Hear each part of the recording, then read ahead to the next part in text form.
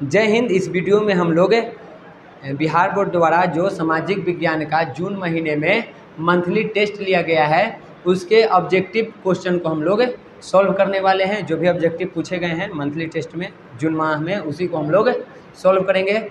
चलिए शुरू करते हैं आज के क्लास को।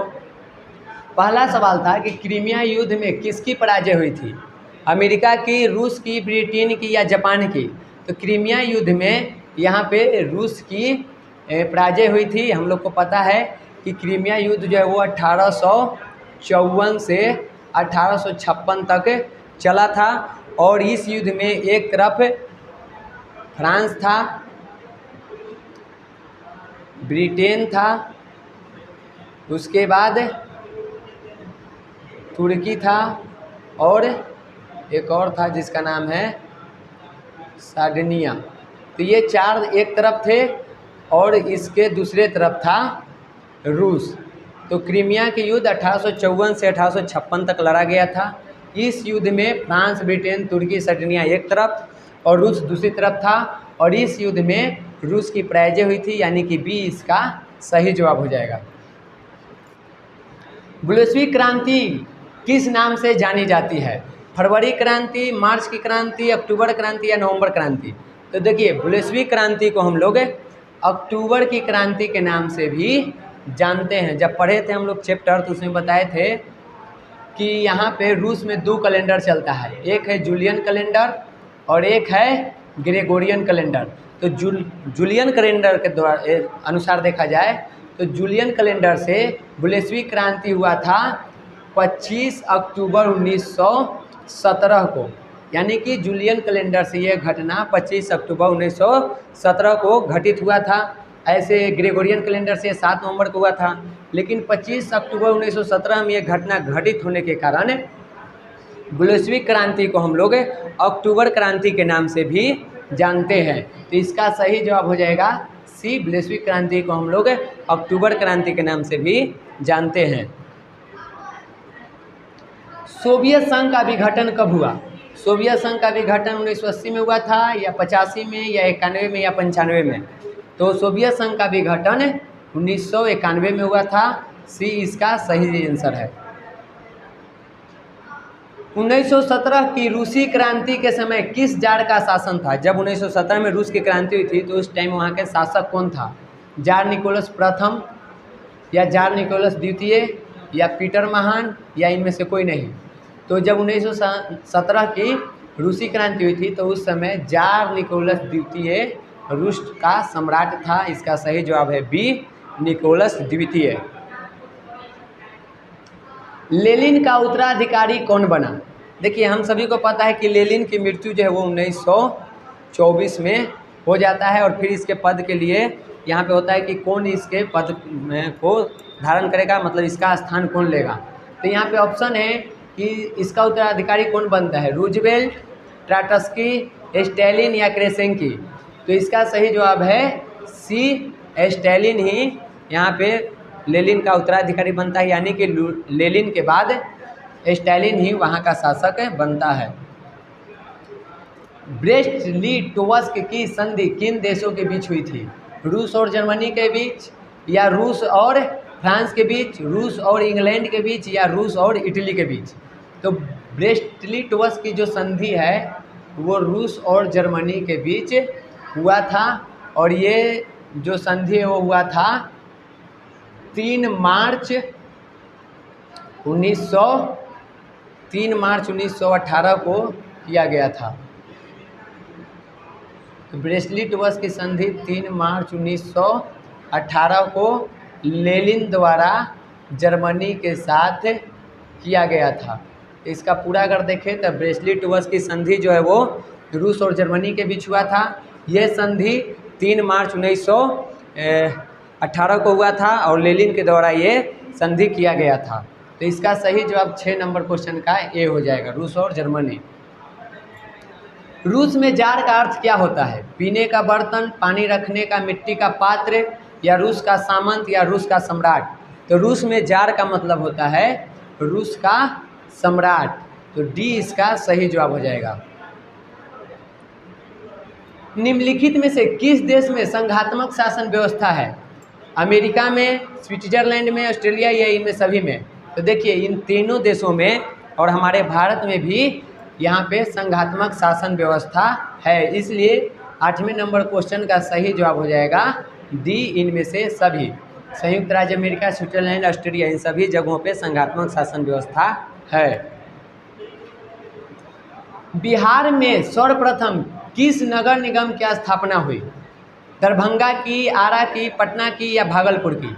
तो देखिए बिहार में सबसे पहले जो नगर निगम बना था वो है पटना। पटना में ही सबसे पहले नगर निगम बनाया गया था। इसकी स्थापना हुई थी 15 अगस्त 1952 को। जो पटना नगर अधिनियम है, पटना नगर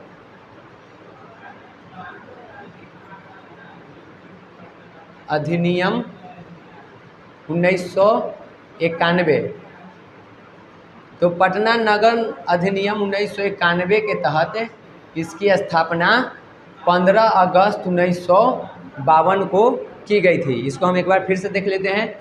बिहार में सर्वप्रथम किस नगर की स्थापना हुई थी? तो सी, पटना इसका सही जवाब हो जाएगा। कब हुआ था? तो पटना नगर निगम की स्थापना 15 अगस्त 1952 को किया गया था। पटना नगर अधिनियम 1951 के तहत इसकी स्थापना हुई थी। अगला सवाल है, ग्राम कचहरी का प्रधान कौन होता है? मुखिया, पंच, सरपंच या न्याय मित्र? तो ग्राम कचहरी का जो प्रधान होता है उसे हम लोग सरपंच कहते हैं। यही सबसे यहाँ पे मुख्य होता है, हेड होता है। तो इसका सही जवाब है सी, सरपंच। यदि सरपंच के कार्यकाल की बात कर ले तो ये 5 वर्ष के लिए होता है। ये भी साथ में याद रखना है। जनता द्वारा ये चुन के आता है। जो ग्राम सभा के सदस्य हैं वो इसे चुनते हैं और 5 वर्ष के लिए ये चुने जाते हैं। अगला सवाल है, निम्नलिखित में से कौन केंद्र शासित प्रदेश है? दिल्ली, बिहार, उड़ीसा या मध्य प्रदेश? तो जो केंद्र शासित प्रदेश है वो इन सभी में से दिल्ली है। हमारा जो राजधानी है भारत की, दिल्ली, वो एक केंद्र शासित प्रदेश है। यानी इसका सही जवाब ए हो जाएगा, दिल्ली। कार्ल मार्क्स का जन्म कहाँ हुआ था? कार्ल मार्क्स का जन्म हुआ था जर्मनी में। ये इसका सही जवाब हो जाएगा। कार्ल मार्क्स से कुछ और भी इम्पोर्टेंट चीज़ हैं जिसको हम लोग देखते चलेंगे। सबसे पहले कार्ल मार्क्स का जन्म जर्मनी में 5 मई 1818 ईस्वी को हुआ था। उसके बाद इससे जो सबसे इम्पोर्टेंट सवाल है ये बनता है कि इसने कार्ल मार्क्स द्वारा एक किताब लिखा गया था जिसे हम लोग डास कैपिटल कहते हैं। डास कैपिटल नामक यहाँ पे कार्ल मार्क्स ने एक किताब लिखा था और इसका प्रकाशन 1867 में किया था। ये भी इम्पोर्टेंट है। इसी को समाजवादियों का बाइबल भी कहा जाता है। ये भी बहुत ही इम्पोर्टेंट सवाल हो जाता है, समाजवादियों का बाइबल। तो यहाँ से ये हो जाएगा। उसके बाद इन्होंने, जो कार्ल मार्क्स है, उन्होंने 1848 में घोषणा पत्र जारी किया था जिसे हम लोग साम्यवादी घोषणा पत्र के नाम से जानते हैं। ये कब आया था? 1848 में। और इसको लाने वाले कौन थे? कार्ल मार्क्स, और इनके साथ एक और व्यक्ति थे जिनका नाम है फ्रेडरिक एंगल्स। तो यहाँ पे ये सब भी इम्पोर्टेंट हो जाता है। इसके अलावा इनके पिता का नाम देखें तो उनका नाम हेनरिक मार्क्स था जो कि एक वकील थे, और इनकी पत्नी का नाम जेनी था। ये भी इम्पोर्टेंट है। तो यहाँ पे अगर इस सवाल को देखें तो कार्ल मार्क्स का जन्म कहाँ हुआ था? तो इसका सही जवाब हो जाएगा ए, जर्मनी में। इसके अलावा इससे संबंधित कुछ प्रश्न देखें तो कार्ल मार्क्स का जन्म जो है वो 5 मई 1818 को हुआ था। इन्होंने 1867 में एक किताब लिखी थी जिसका नाम है डास कैपिटल। इसे समाजवादियों का बाइबल भी कहा जाता है।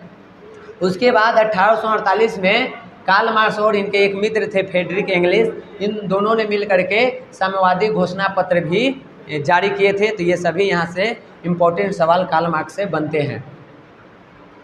अगला सवाल है, सरपंच का निर्वाचन कौन करता है? वार्ड पार्षद या पंच या ग्राम सभा के सदस्य या इनमें से कोई नहीं? तो देखिए जो सरपंच का निर्वाचन होता है, जो उसका चुनाव होता है, वो ग्राम सभा के सदस्य मिलके करते हैं, यानी कि सी इसका सही जवाब हो जाएगा, ग्राम सभा के सदस्य। जिला परिषद का कार्यकाल क्या है?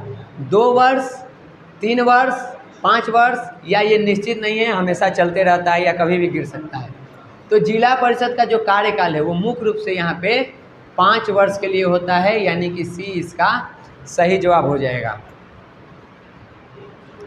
निम्नलिखित में से कौन सबसे कम प्रति व्यक्ति आय वाला राज्य है? गोवा, दिल्ली, हरियाणा या बिहार? तो यहाँ पे जो इसका सही जवाब है वो हो जाएगा डी, बिहार। बिहार का प्रति व्यक्ति आय सबसे कम है, यानी कि डी इसका सही जवाब हो जाएगा। 16वां क्वेश्चन है, भारत के जीडीपी में सर्वाधिक योगदान निम्नलिखित में से किस क्षेत्र का है? प्राथमिक क्षेत्र का, द्वितीयक क्षेत्र का, तृतीयक क्षेत्र का, या इनमें से किसी का नहीं? तो देखिए, पहले तो आज़ादी के समय का अगर हम लोग यहाँ पे आंकड़ा देखें तो उस टाइम पे प्राथमिक क्षेत्र का योगदान सबसे ज़्यादा था जीडीपी में, लेकिन आज की बात करें वर्तमान में तो आज तृतीयक क्षेत्र, जिसे हम लोग सेवा क्षेत्र के नाम से भी जानते हैं, इसका सबसे ज़्यादा योगदान है राष्ट्रीय आय में, यानी कि इसका सी सही जवाब हो जाएगा, तृतीयक क्षेत्र। इसके अलावा इसमें देखें तो प्राथमिक क्षेत्र को हम लोग कृषि क्षेत्र के नाम से भी जानते हैं, द्वितीयक क्षेत्र को हम लोग औद्योगिक क्षेत्र के नाम से जानते हैं, और उसके बाद जो तृतीयक क्षेत्र है इसे हम लोग सेवा क्षेत्र के नाम से जानते हैं। ये भी यहाँ से इम्पोर्टेंट सवाल बन जाता है, अक्सर ये पूछा जाता है, तो इसको भी ध्यान में रखना है। 17वां क्वेश्चन है, आय और उपभोग का अंतर क्या कहलाता है? उत्पादन, विनिमय, वितरण या बचत? तो देखिए, जब हम कुछ कमाते हैं, आय करते हैं, तो उपभोग यानी कि हम उसको खर्च कर देते हैं। अब कमाने के बाद खर्च करते हैं और उसके बाद जो बचता है उसे हम लोग बचत कहते हैं, यानी कि इस सवाल का सही जवाब हो जाएगा डी, बचत। आय और उपभोग के अंतर को हम लोग बचत कहते हैं। भारत में सर्वप्रथम राष्ट्रीय आय का अनुमान कब लगाया गया? 1798 में, 1848 में, 1868 में या 1921 में? तो भारत में सबसे पहले राष्ट्रीय आय का अनुमान 1868 ईस्वी में लगाया गया था। सी इसका सही जवाब है। लगाने वाले व्यक्ति का नाम है दादा भाई नौरोजी। तो दादा भाई नौरोजी ने सबसे पहले 1868 में भारत के राष्ट्रीय आय का अनुमान लगाया था। इन्होंने एक किताब लिखी थी जिसका नाम था poverty and on British rule in India. तो इस नाम से इन्होंने किताब लिखा था, और इस किताब में इन्होंने उस समय भारत के राष्ट्रीय आय में प्रति व्यक्ति आय जो है वो 20 रुपये बताए थे।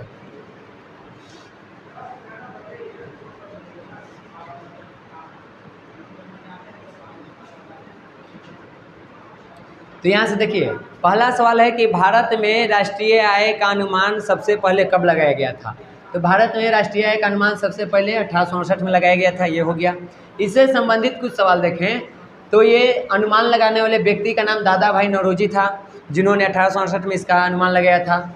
और इन्होंने एक किताब लिखी थी जिसका नाम है poverty and un British rule in India, और इस किताब में बताए थे कि उस समय भारत के प्रति व्यक्ति आय प्रति वर्ष 20 रुपये था। तो यहाँ से ये सब भी इम्पोर्टेंट हो जाता है।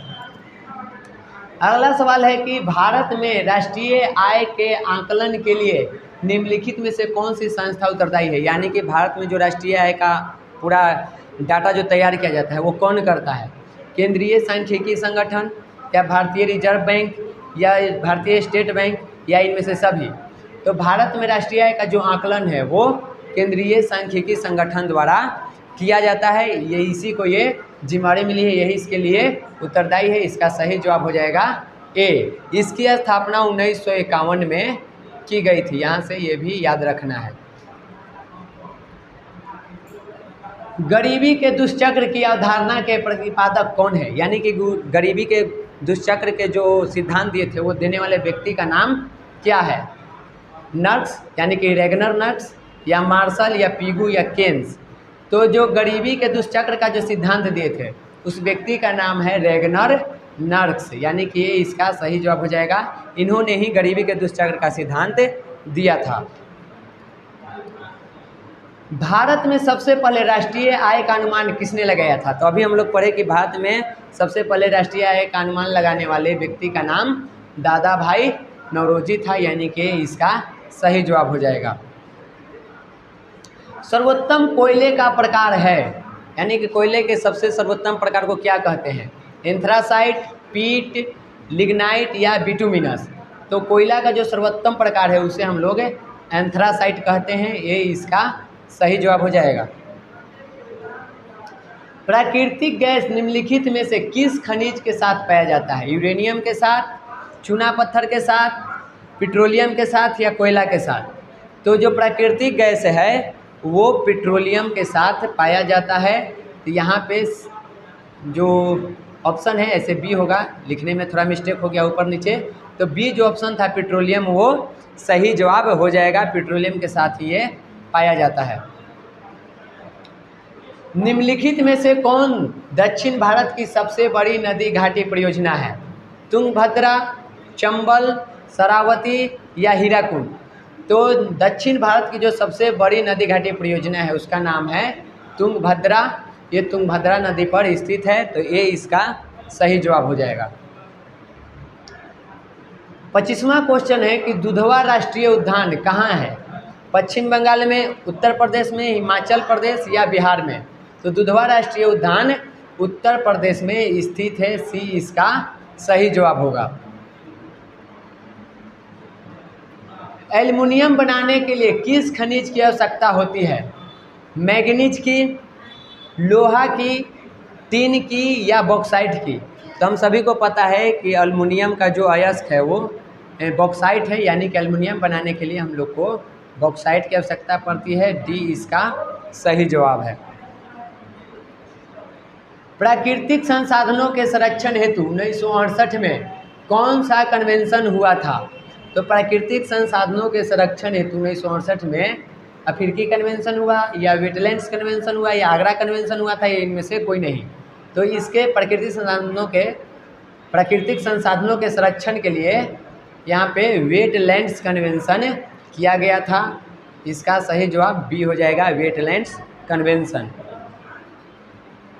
उसके बाद है हीराकुंड परियोजना किस राज्य में स्थित है? झारखंड में, बिहार में, पश्चिम बंगाल में, या उड़ीसा में?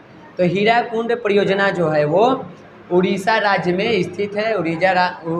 उड़ीसा राज्य में एक नदी है जिसका नाम है महानदी।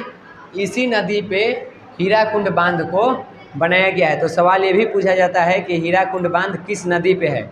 तो वो महानदी पे है, उड़ीसा राज्य में स्थित है। तो इस सवाल का सही जवाब डी हो जाएगा, उड़ीसा। निम्नलिखित में से कौन भारत का राष्ट्रीय पक्षी है? कबूतर, हंस, मयूर, या तोता?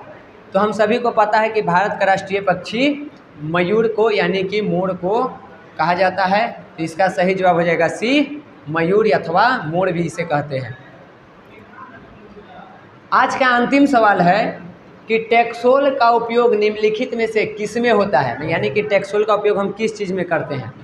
मलेरिया में, डेंगू में, कैंसर में, या टीबी में?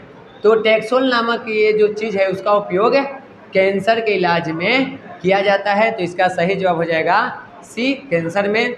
तो आज के लिए हम लोग को इतना ही था। ये जितने भी सवाल हैं ये जून महीने का जो टेस्ट हुआ है बिहार बोर्ड का, उसी से ये रिलेटेड सवाल है, उसी में ये पूछा गया था। तो हम लोग आज इतना ही रहने देते हैं। मिलते हैं अगले वीडियो में एक नए टॉपिक के साथ। तब तक के लिए जय हिंद।